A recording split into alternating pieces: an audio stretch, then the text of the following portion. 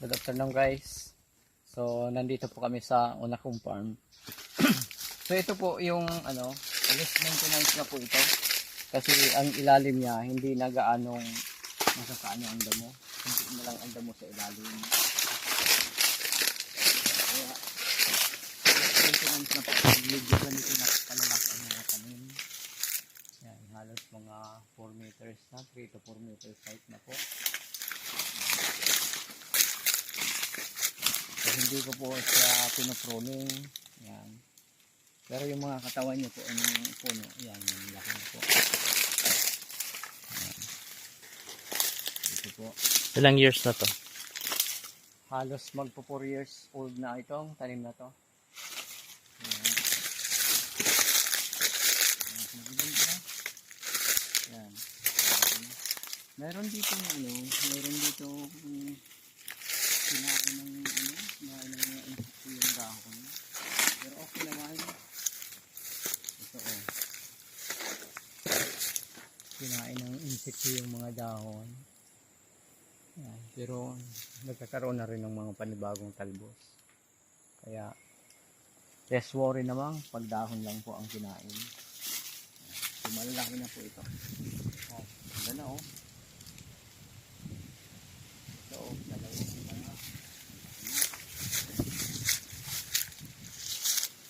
Ganda. Ganda na yung mga nandito. Ayun o. So,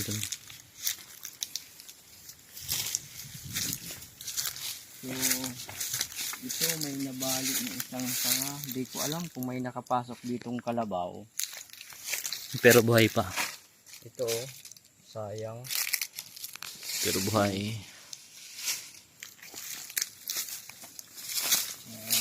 Yung maintenance ko kasi hindi araw-araw nandito. Umuwi din kasi sa kanila. Ito, ganda na Isang puno na mayroon siyang dalawang sanga. Pero halos magkasing laki yung sanga niya. Yan. Ganda. Ganda na.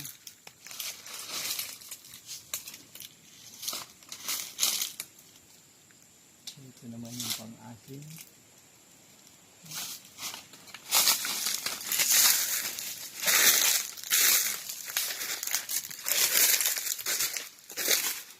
Yeah, ito pa yung naghabol sa laki yung Ito yung mga replant ito. Humahabol din.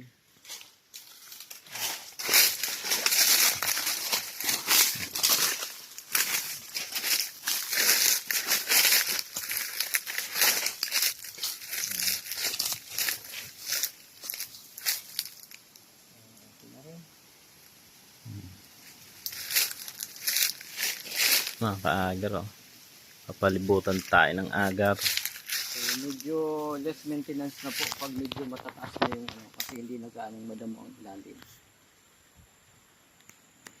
Ang pinapadamuhan ko na lang itong pinakapuno niya palibot, pero itong sa in between halos hindi na gaanong tumutubo kasi na ng sunlight. Yeah.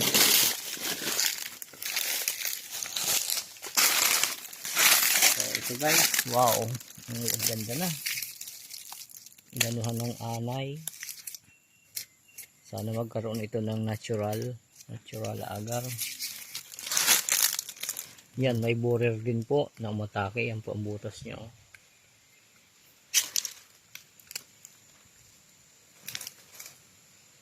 Wow, there is something.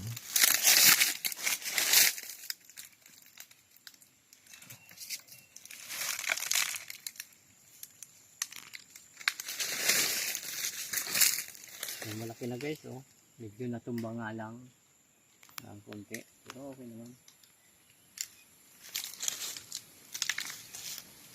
Yung mga mababa lang siya tingnan kasi hindi ako nag-pruning, hindi ko inalisan ng sanga sa ilalim.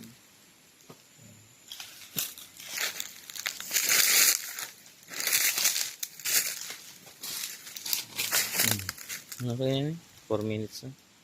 Pang Facebook lang. Sige po. Happy planting.